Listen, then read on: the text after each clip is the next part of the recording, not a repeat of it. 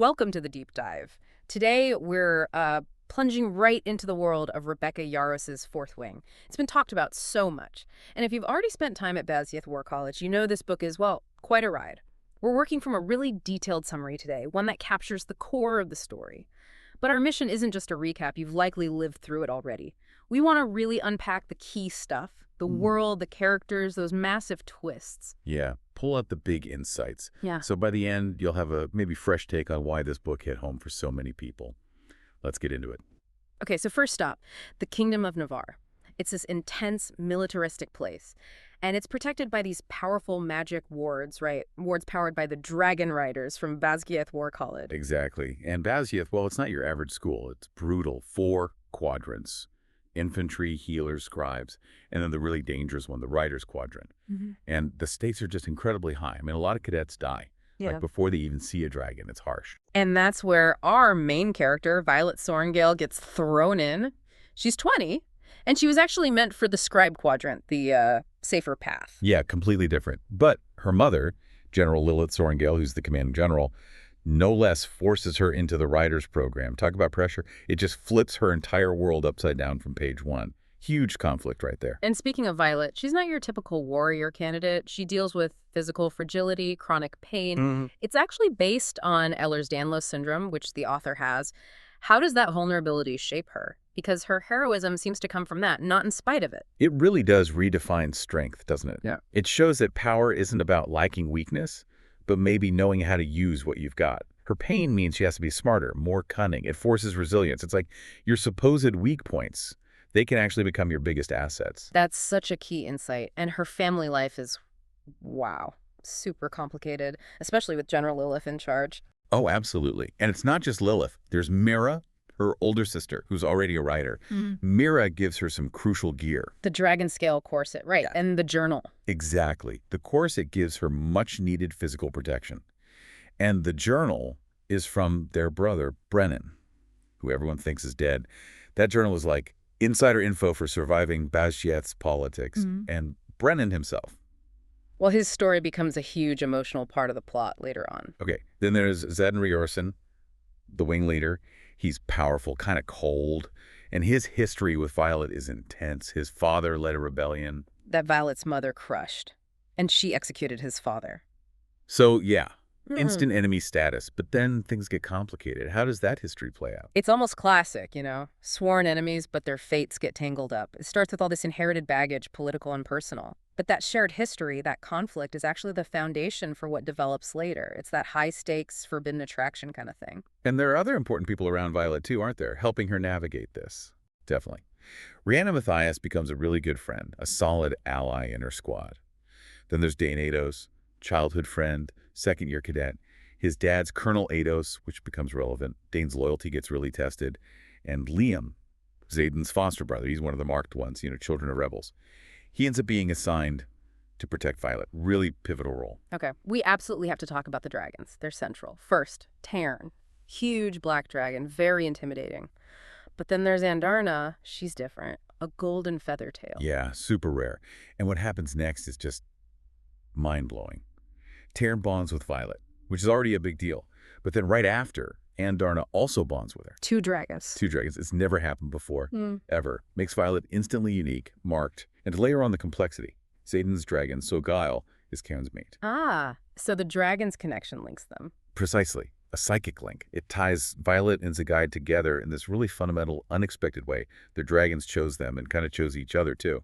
So Violet lands in the Riders Quadrant totally unprepared.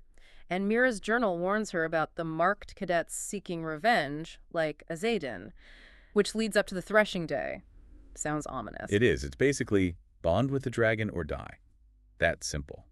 And during this, Violet, despite being, you know, physically weaker, defends Andarna from assassins. That act gets her noticed, for sure. But it's also the exact moment her path takes this completely wild turn. So the threshing is happening, life and death stakes, and then the truly unbelievable thing happens. Yeah, out of nowhere, Tarn, this massive black dragon, shows up and bonds with Violet. Huge shock, but then bam. Andarna, the little golden one, bonds with her too. The first ever cadet with 2 dragons, how did leadership react? Total shock. Utter disbelief. It changes everything for her. And this dual bond, plus the fact Terra and Stacial are mates, it physically tethers Violet to Xaden. Right. They're linked psychically. They have to keep each other alive, basically. It's a rule, tied to the dragon bond. But even with these amazing dragons, Violet struggles. Training is brutal, especially for her. Yeah. It's a slow, hard climb, but she starts to improve, finds her own way. It's this forced proximity that starts to shift things between them. And the threats don't let up. There's Cadet Jack Farlow, horrible guy. He tries to kill Violet, doesn't he, to get to Tarn. Yeah, he's vicious. But Indarna steps in. She freezes time, just for a moment, and saves Violet. Freezes time. Is that like a signet power? What are those exactly? Yeah, a signet is the unique magic a writer gets from their dragon bond. Everyone's is different.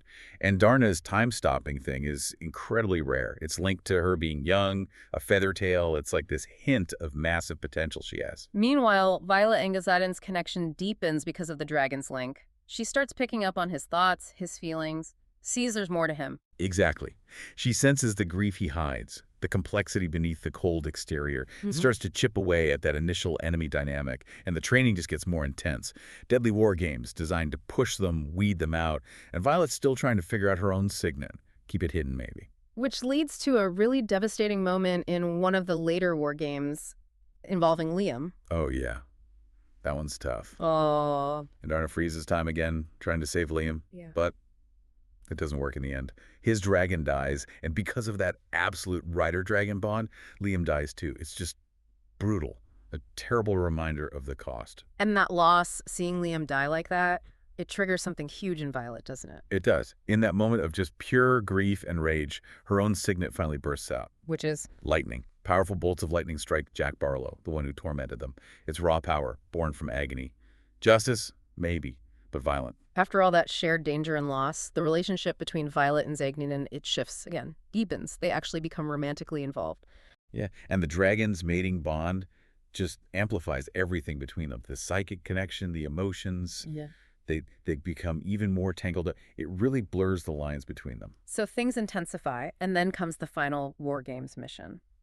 Xaden's wing gets sent to Aethabine. That's outside Navarre's protective wards, right? Seems suspicious. Very suspicious. And Violet figures it out. It's a setup, a betrayal. By who? Dane, her childhood friend. He used his signet, the ability to read past memories, by touch on her, without her consent. Wow. He's been feeding information to his father, Colonel Ados, who set up this whole mission as a trap for Xaden and the Marked Ones. But here's the twist within the twist. This betrayal actually leads them to an even bigger hidden truth. Which is? That Navarre's leaders, they've been lying. There's a real enemy out there they've been denying exists. The Vinen. Dark magic users riding these terrifying creatures called wyverns, and they're attacking everyone, Pormeal included. Those Griffin riders from Pormeal. Turns out they weren't the villains Navarre made them out to be. They were fighting the Vinen too. So the whole political landscape just got turned on its head. The real enemy is revealed. And right on cue, the Vinen and wyverns attack them at Aethabane. Just as they realize the truth, Violet fights like hell. Uses everything she's got.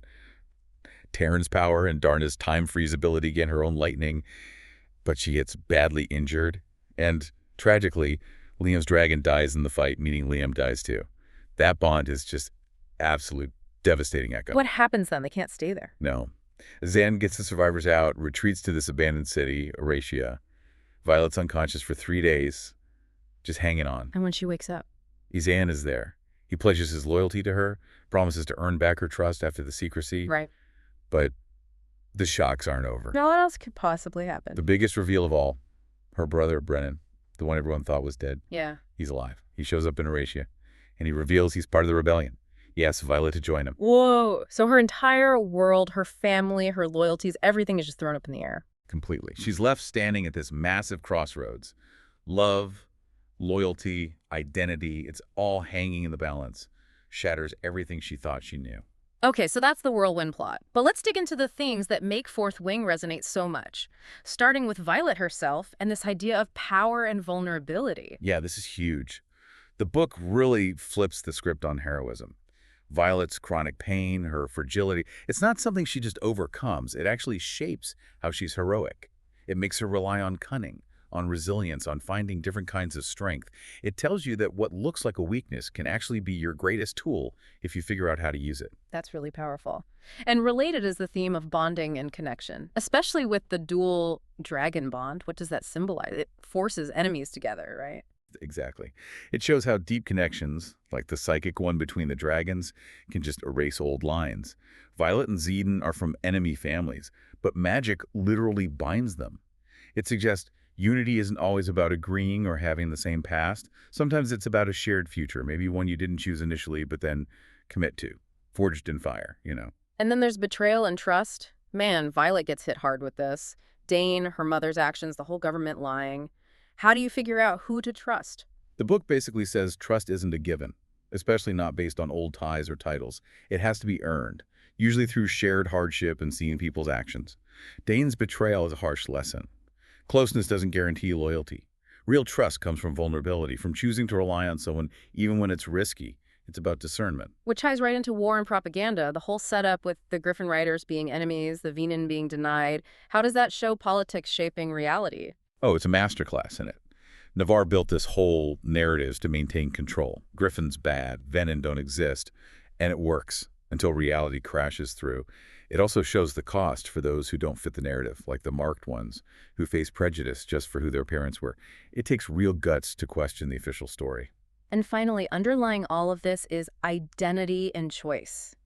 Violet starts out with the path chosen for her, scribe, then rider under duress. Her whole journey is about finding her own way, isn't it? Absolutely. Scribe or writer, obey or rebel, give in to fear or find courage. Every step is a choice defining who she is, and Brennan's showing up just forces the biggest choice yet. Where does her allegiance truly lie? Blood, love, ideals. It pushes you, the reader, to think. How much are you defined by expectation versus your own choices, especially when things get tough? So Fourth Wing really is this incredible mix. It's got the action, the romance, the fantasy, world-building, political secrets, but all anchored in this very personal, very challenging journey. It definitely keeps you hooked. For sure. And Violet's heroism feels different. The dual bond, the chronic illness shaping her strength, the messy relationships. It challenges those standard fantasy tropes. It makes the magic feel grounded in something really human, really resilient. It leaves you thinking, too. Violet's world was full of hidden truths, these dangerous secrets everyone ignored. So the question for you is, what evening might you be overlooking in your own reality? And how do you know who to trust when the lines get blurry?